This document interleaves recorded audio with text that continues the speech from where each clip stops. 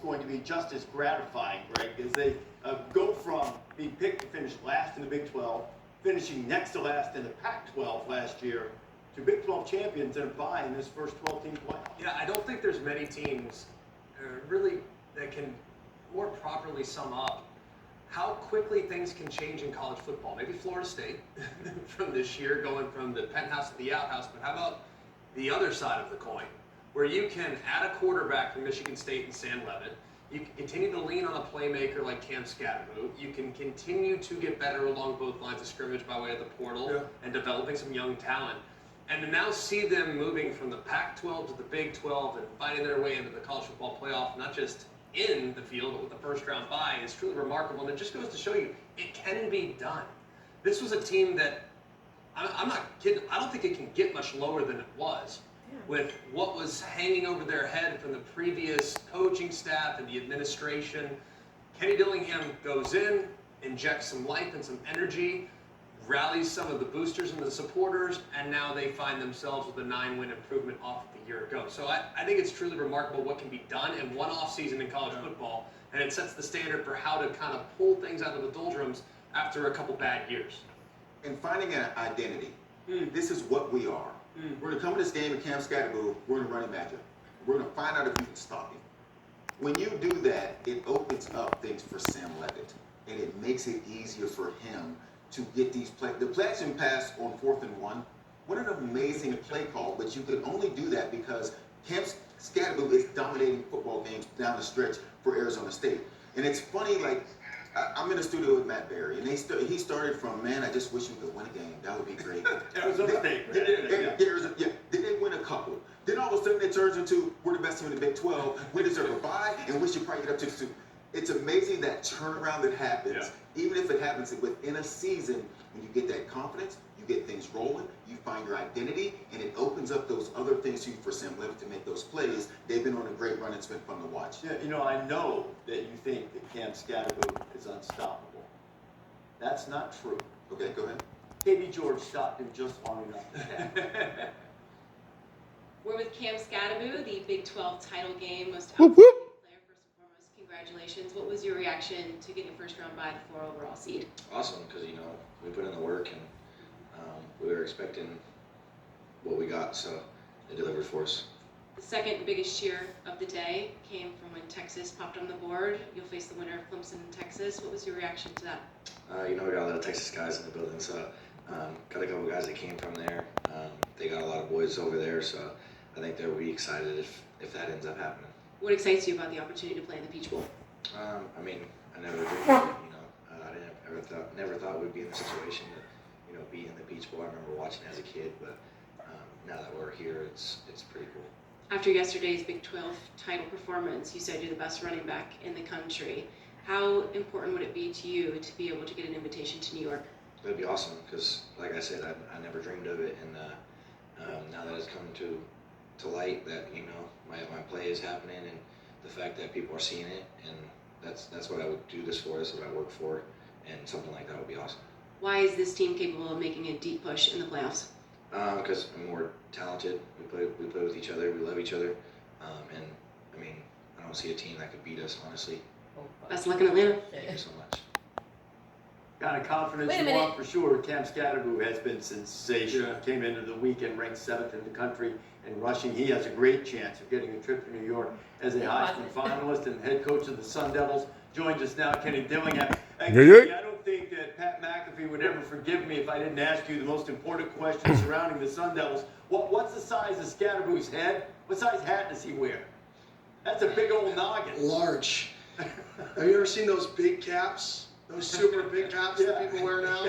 Probably about that size. When he transferred in from Sacramento State, you're there in the second year. When did you realize exactly what you had in this dynamic running back that's been so good for you guys? Well, last year, his contact balance is what separates him. And last year he had that contact balance, but he wasn't in the best shape. He didn't have breakaway speed. He just didn't. He wasn't there yet. And we had a really good heart-to-heart in the offseason about what he needs to do to take the next step. And he took on all those challenges. He got in the best shape of his life. He has speed now to extend and make long runs. And then his physical strength, he's stronger than he's ever been. So when he has plays with great pad level, he creates collision, and then he has great contact balance. It's a really, really good combination. And I think this is just a testament to all the work that he's put in, not just this year, but really just that mindset of being an underdog his entire life. Well, Kenny, congratulations. I want to be one of the first to congratulate you and Kurt Signetti for ruining for everybody else that's taken over difficult situations. Because wave the magic wand, a couple years later, you're in the playoff. It shouldn't be too difficult. What started this turnaround? It really is remarkable to watch what you guys were from last year, the addition of a few pieces, Sam Levitt in particular, and now you guys playing as well as anybody in the country here heading into the playoff. Yeah, I really think for us it started with, there's a limit or a minimum standard of physical ability that's needed to win, right? Everybody knows that. But the most important thing is the mindset of the person you're recruiting.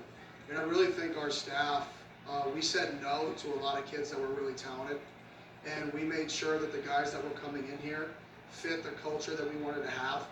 And then we have unbelievable leadership. The guys that we brought in here, they love to compete. I can't coach people that don't want to talk a little crap, play ping pong, get their ass beat by me in Madden or 2K, whatever that is. Like, I love to compete, and I love it. And if you don't love to compete, you're not going to like it here.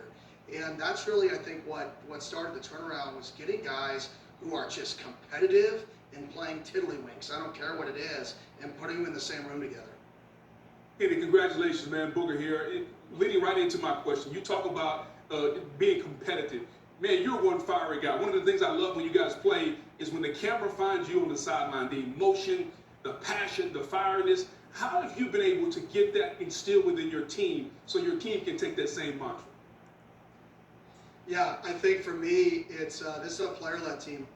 We recruited that. Like, I recruited people that are passionate. I mean, we recruited people that are competitive. Like, if we play ping pong versus one of our recruits and we beat them and they don't want to play again, like, this isn't the guy for us.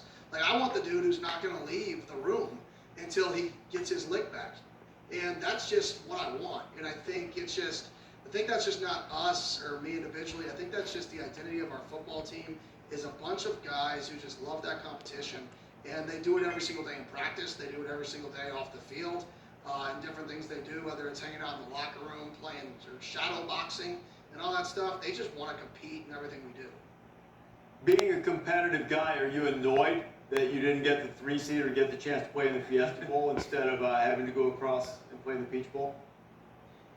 No, I'm fired up. I mean, people have, we were picked 16th, out of 16. So that's not very good. And our guys just continue to not worry about what other people say, but we define success in one way in this program. It's being the very best we can be at whatever we're doing all the time.